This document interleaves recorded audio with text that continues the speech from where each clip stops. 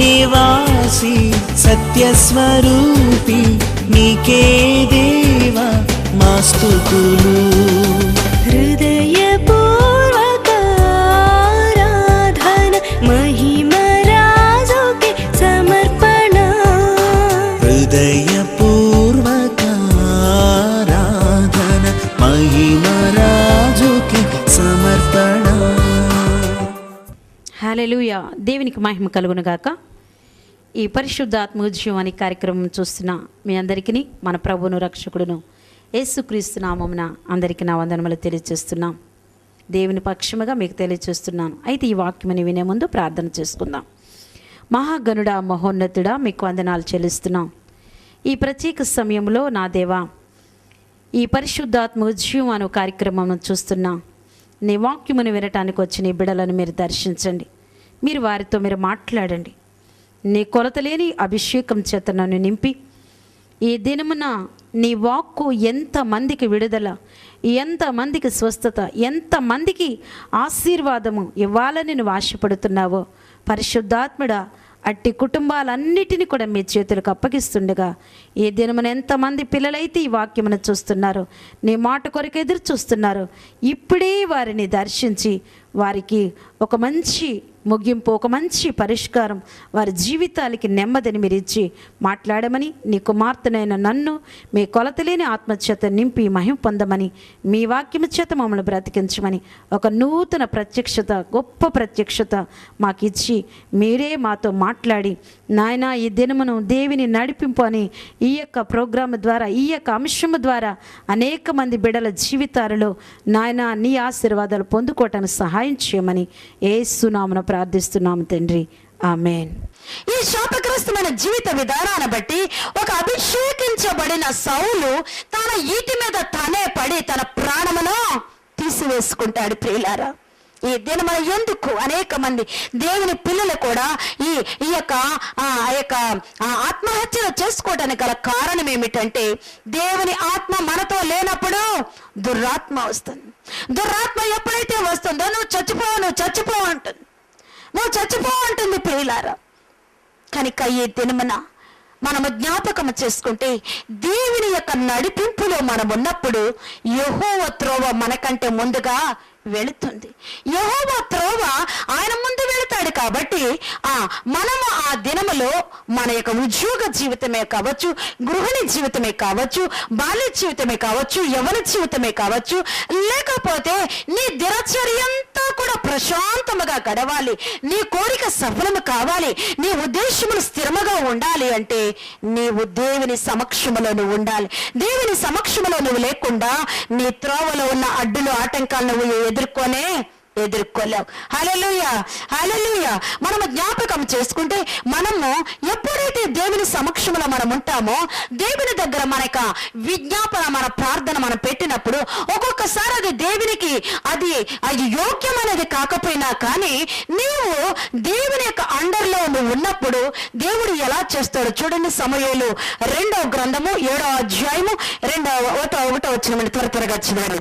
సమూయేలు 2వ గ్రంథము 7వ అధ్యాయము 1 నుండి త్వరగా చదవండి. నలుదిక్కుల అతని శత్రువుల మీద అతనికి విజయమిచ్చి అతనికి నెమ్మది కలుగజేసిన తరువాత రాజు తన నగరి యందు కాపురం ఉండి నాతానును ప్రవక్తను పిలువనంపి, నేను దేవదారు మ్రానుతో కట్టిన నగరి యందు వాసము చేయుచుండగా దేవుని మందసము డేరాలో నిలిచి ఉన్నదనగా, నాతాను యెహోవా నీకు తోడుగానున్నాడు, నీకు తోచినదంతయు నెరవేర్చమనెను.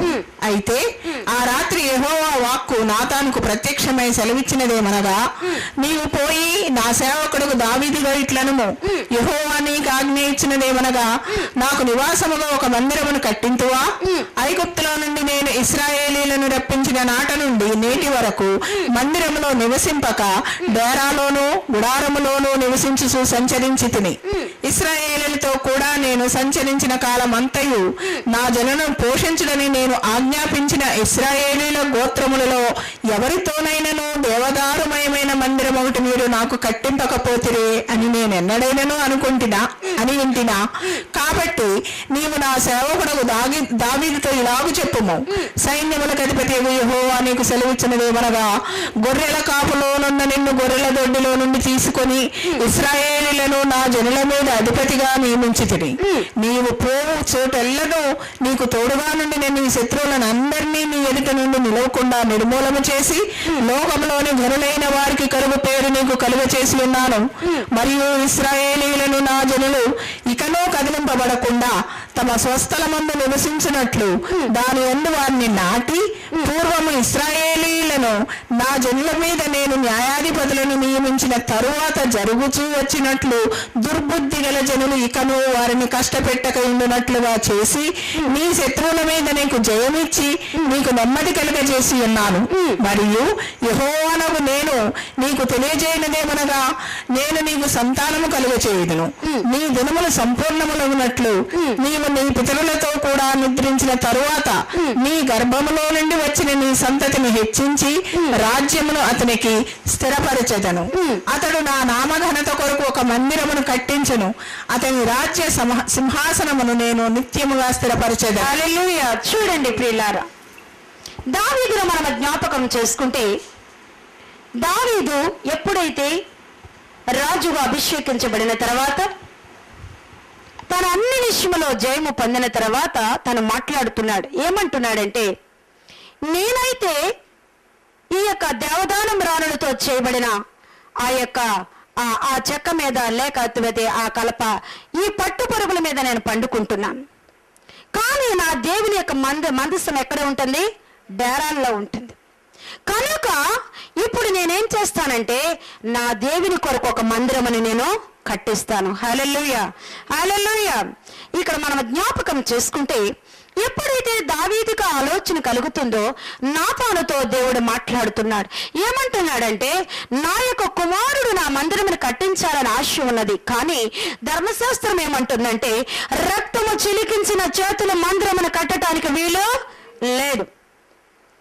మనము జ్ఞాపకం చేసుకుంటే దావీదుని దేవుడు నువ్వు కట్టడానికి వీల్లేదు పో అనొచ్చు. కానీ ఇక్కడ మనం జ్ఞాపకం చేసుకుంటే దావీదు దేవుని యొక్క హృదయానుసారుడు, దావీదు దేవునిని ప్రేమించేవాడు, దావీదు దేవుని యొక్క నడిపింపులో ఉన్నవాడు. తన జీవితం అంతా కూడా అంటాడు, యెహోవా నా కాపరి, నాకు లేమి కలుగుతూ, నేను గాఢాంధకారములో ఉన్నా, నా శత్రువుల ఎదుట ఉన్నా, నా ఎదుట ఎలా ఉంటానంటే ఆయన దుడ్డికర్ర దండము నన్ను ఆదరిస్తుంది.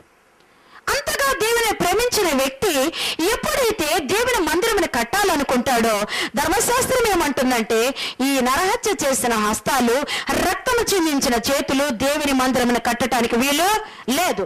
అందుకని ఇప్పుడు ఏమంటున్నాడో చూసారా ప్రియులారా, ఇక్కడ మనకు ఒక కోరిక ఉంటుంది. మన కోరిక మీద దేవుని యొక్క ఆమోద ముద్ర ఉండాలి అంటే, దేవుని నడిపింపులో మనం ఉన్నప్పుడు దేవుడు అనంత జ్ఞాని, తను ఎట్లాగైనానో తన కృప ఇవ్వగలిగిన వాడు.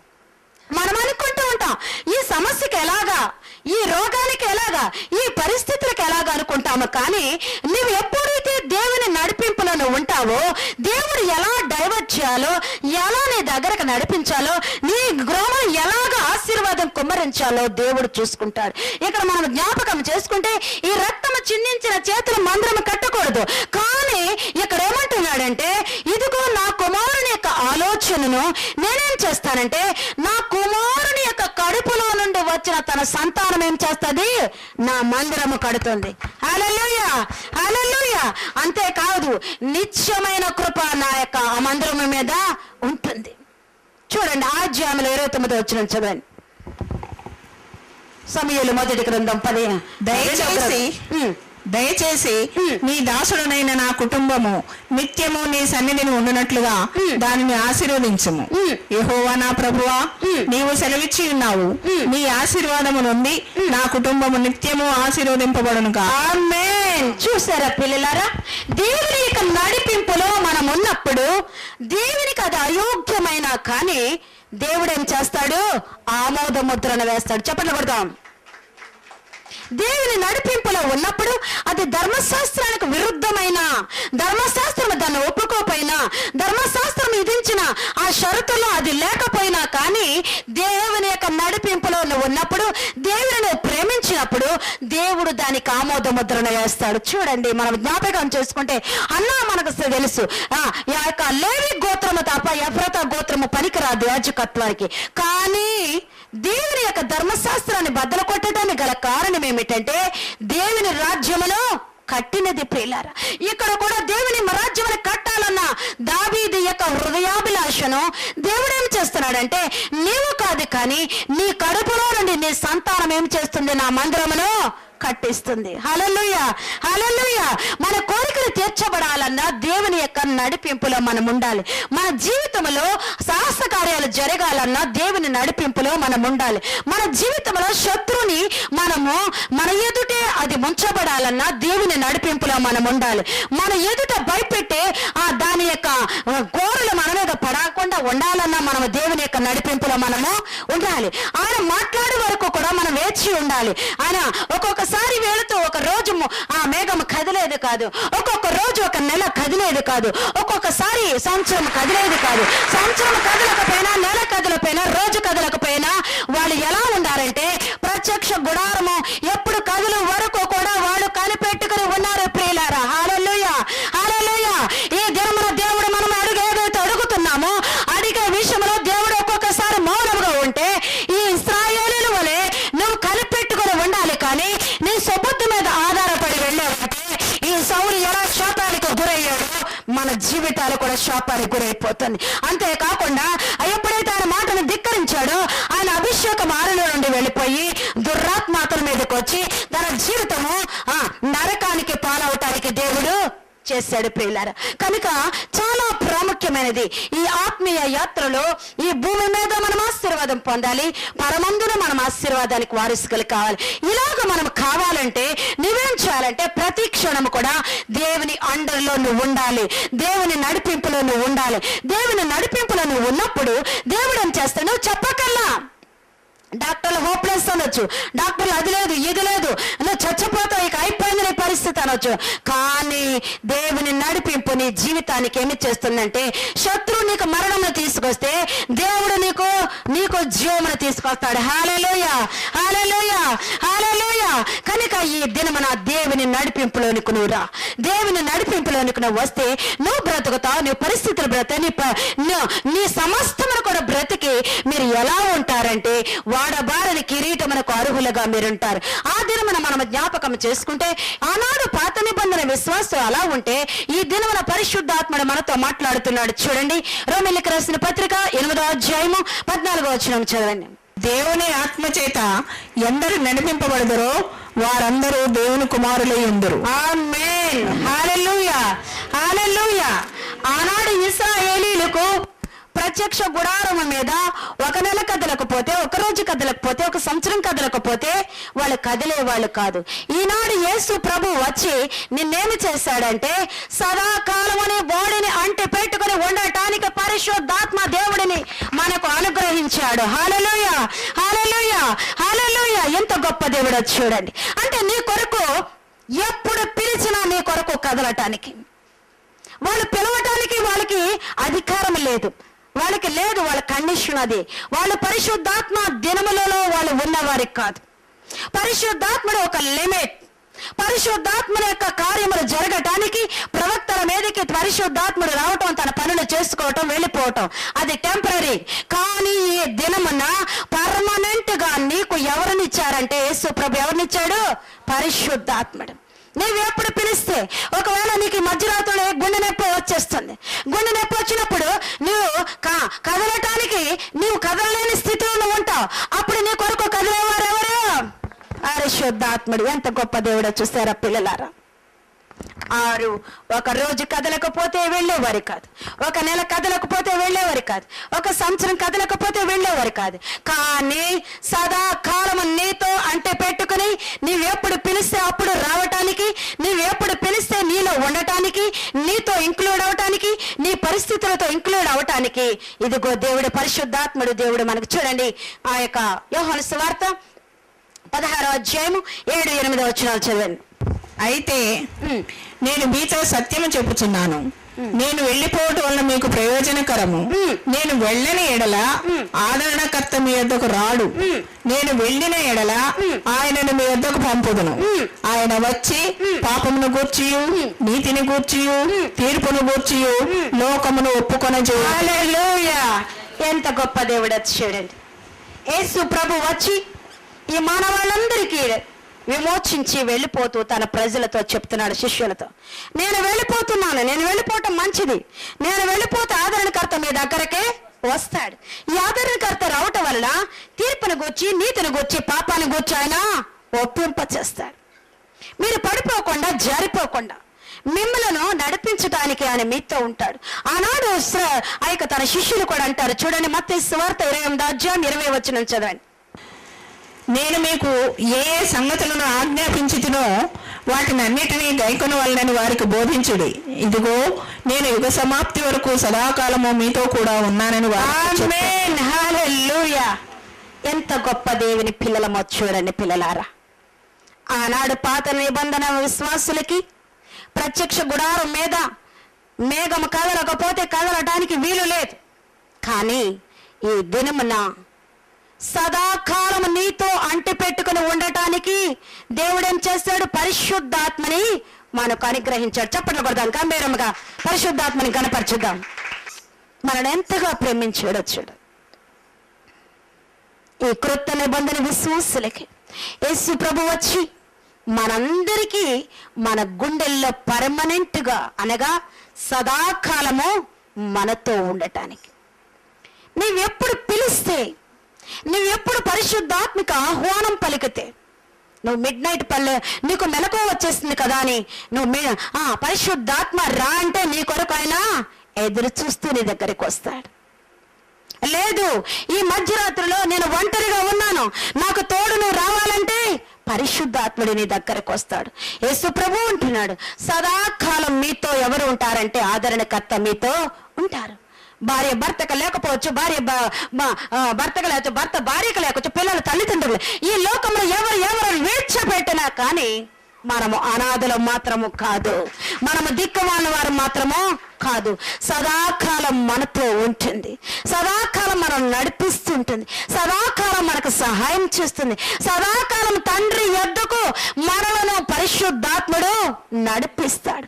అందుకని అంటారు, ఎందరూ దేవుని ఆత్మ చేత నింపబడతారో వారందరూ దేవుని కుమారులు. హల్లెలూయా, హల్లెలూయా. చూడండి పిల్లలారా, ఆనాడు 40 సంవత్సరాలు వారి చెప్పులు అరగపోయినా, 40 సంవత్సరాలు వారి యొక్క బట్టలు మాయకపోయినా కానీ ఈ యొక్క పరిశుద్ధాత్ముడు నీ జీవితంలో ఆయన నడిపింపులను ఉంటే ఎందరూ దేవుని ఆత్మతో నింపబడతారు వారందరూ దేవుని కుమారులు. హల్లెలూయా, హల్లెలూయా. ఎంత గొప్ప ఆధిక్యత చూడండి. దేవుని కుమారుడు అయితే నీకేమిటి ప్రయోజనం? చూడండి లోక సువార్త 15వ అధ్యాయము 31వ వచనం చదవండి. అందుకతడు, కుమారుడా నీవెల్లప్పుడూ నాతో కూడా ఉన్నావు, నావన్నీ నీవి. ఆమేన్, హల్లెలూయా. పెద్ద కుమారుడు వచ్చి అంటున్నాడు, ఏం నాయనా ఈ ఆస్తి అంతటిని కూడా వేశ్యల పాలు చేస్తున్న వాడు వస్తే చక్కగా నువ్వు విందు చేస్తున్నావు, నీతో నేను ఎప్పుడు నేను అంటి పెట్టుకుంటే నాకు ఎప్పుడైనా ఏమైనా మేకపాలను ఇచ్చావంటే తండ్రి కుమారుడితో ఏమంటున్నాడు తెలుసా? నావన్నయ్యో నీవే. హల్లెలూయా. అంటే దేవుని ఆత్మ చేత నింపబడిన వారికందరికీ పరలోకములో ఆశీర్వాదం అంతా మనదే. హల్లెలూయా. పిల్లలారా, దేవుని ఆత్మ చేత నింపబడిన కుమారులకి కుమార్తెలకి దేవుడు ఇచ్చే ఆధిక్యత ఏమిటంటే నావన్నయ్యో నీవే. ఈ దినమన ఈ స్థలములో నువ్వు దేని కొరతతో ఈ స్థలంలో ఉన్నా కానీ పరిశుద్ధాత్ముడు నీకు ఇచ్చే అభయం ఏమిటంటే నావన్నయ్యో నీవే.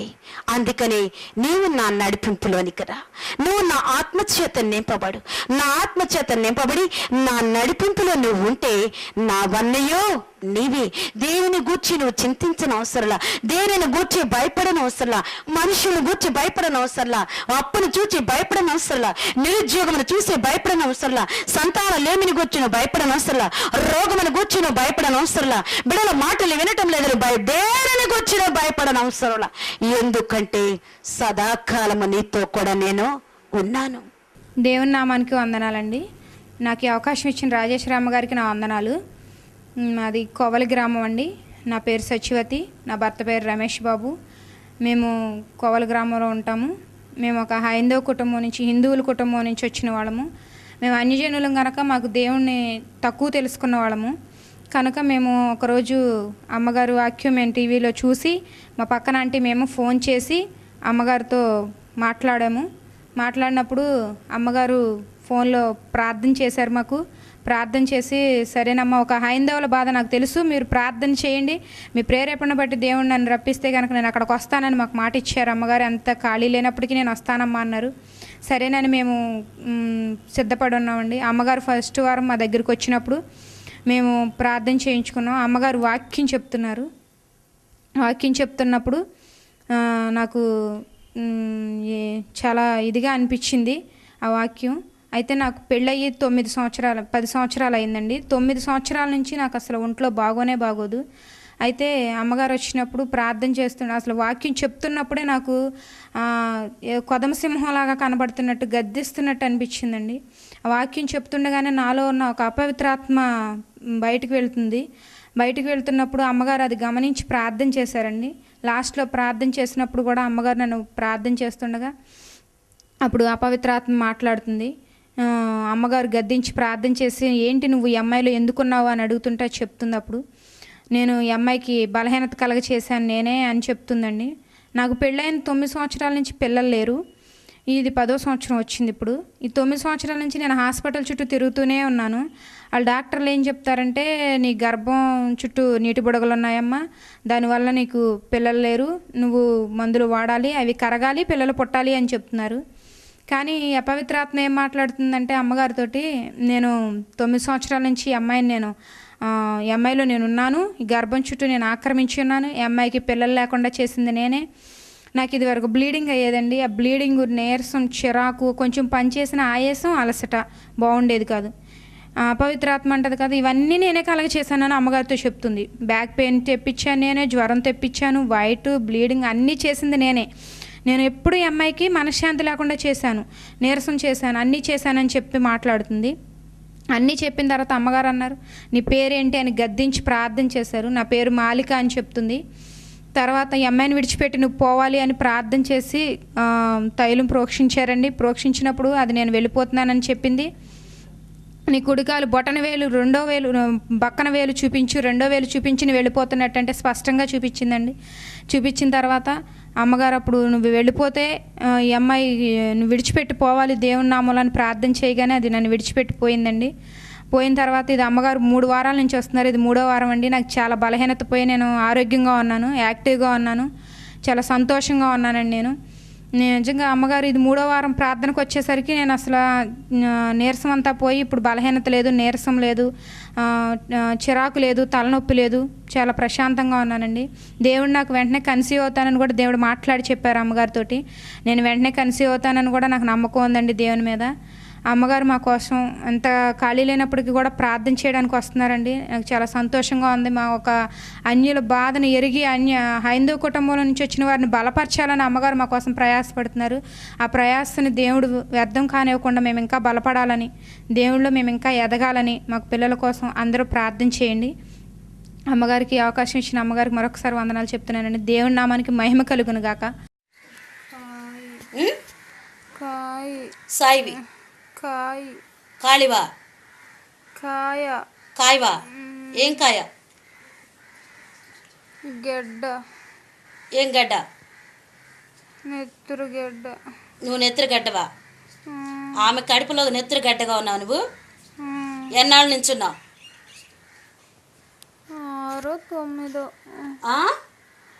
6 అనుకుంటా. సరిగా చెప్పు. 6 అనుకుంటా కాదు, నాకు తెలుసు నువ్వు ఎంతకాలం నుంచున్నావు. 6. ఎందుకున్నావు? ఇప్పుడు ఉంటావా? చెప్పు త్వరగా. ఉండను. ఇప్పుడు ఉంటావా? ఉండను. నువ్వు మోకరించు. నువ్వు మోకరించు. నువ్వు మోకరించు. నువ్వు ఆమె గర్భాన్ని ఎన్ని సంవత్సరాలను ఆక్రమించావు చెప్పు నాకు త్వరగా. ఎన్ని సంవత్సరాలు అయింది ఆమెను ఆక్రమించి? 6. ఇంకా ఏమేం చేసావు ఈమెకి? బ్లీడింగ్. ఇంకా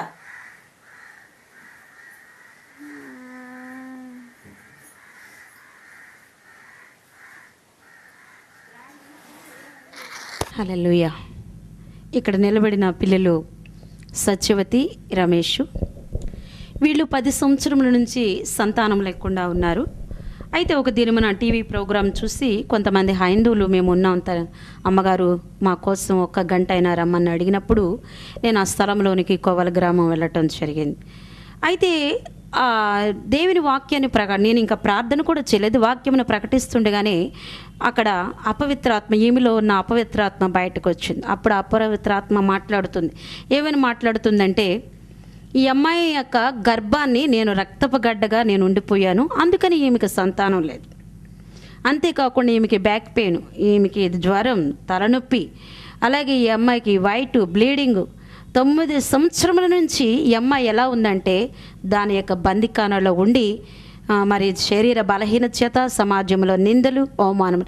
అయితే వీళ్ళు అనుకుంటున్నారు ఇంకా నా కడుపులో, నా గర్భంలో ఈ నీటి బుడగల వల్ల నాకు పిల్లలు లేరు అనుకుంటున్నారు. కానీ ఆ దెయ్యం ఆ రోజు స్పష్టంగా మాట్లాడింది ఏమిటంటే, ఈమెకి పిల్లలు లేకుండా చేసింది నేనే, కనుక నువ్వు ఈ అమ్మాయిని కేర్ తీసుకున్నా కాబట్టి నేను ఇంక ఉండను, నేను వెళ్ళిపోతానని చెప్పి 9 సంవత్సరములు ఈ అమ్మాయిని బంధించిన ఆ దయ్యపు అపవిత్రాత్మ నుండి ఈ బిడ్డను దేవుడు విడుదల చేస్తాడు. కనుక చాలాసార్లు మనం అనుకుంటూ ఉంటాం, నాకు పిల్లలు ఎందుకు పుట్టట్లేదు, మనం అది ఇది అనుకుంటాం. కానీ ఆ వీడియో కూడా ఉంది. అసలు నిజంగా ఆ దయ్యం మాట్లాడినది ఏమిటంటే, నేను పిల్లలు లేకుండా చేసింది నేనే, రుగ్మతలు కలిగి చేసింది నేను. కనుక నా ప్రియమైన వారలారా, దేవుడు ఎంత నమ్మదగిన వాడంటే వీళ్ళు విశ్వసించారు, చిన్న మందగానే కూడారు. కానీ ఈ బిడ్డ పట్ల దేవుని కృప ఉన్నది కాబట్టి ఆ స్థలంలోనికి నన్ను తీసుకుని వెళ్ళటం, ఈ బిడ్డకు దాని చెరు నుండి ఈ బిడ్డను విడిపించే, ఈ పిల్లల పట్ల, ఈ భార్య భర్తల పట్ల దేవుని గొప్ప ప్రణాళిక ఉన్నదని దేవుని విశ్వసిస్తూ ఈ పిల్లలను యేసు నామములో, పరిశుద్ధ తండ్రి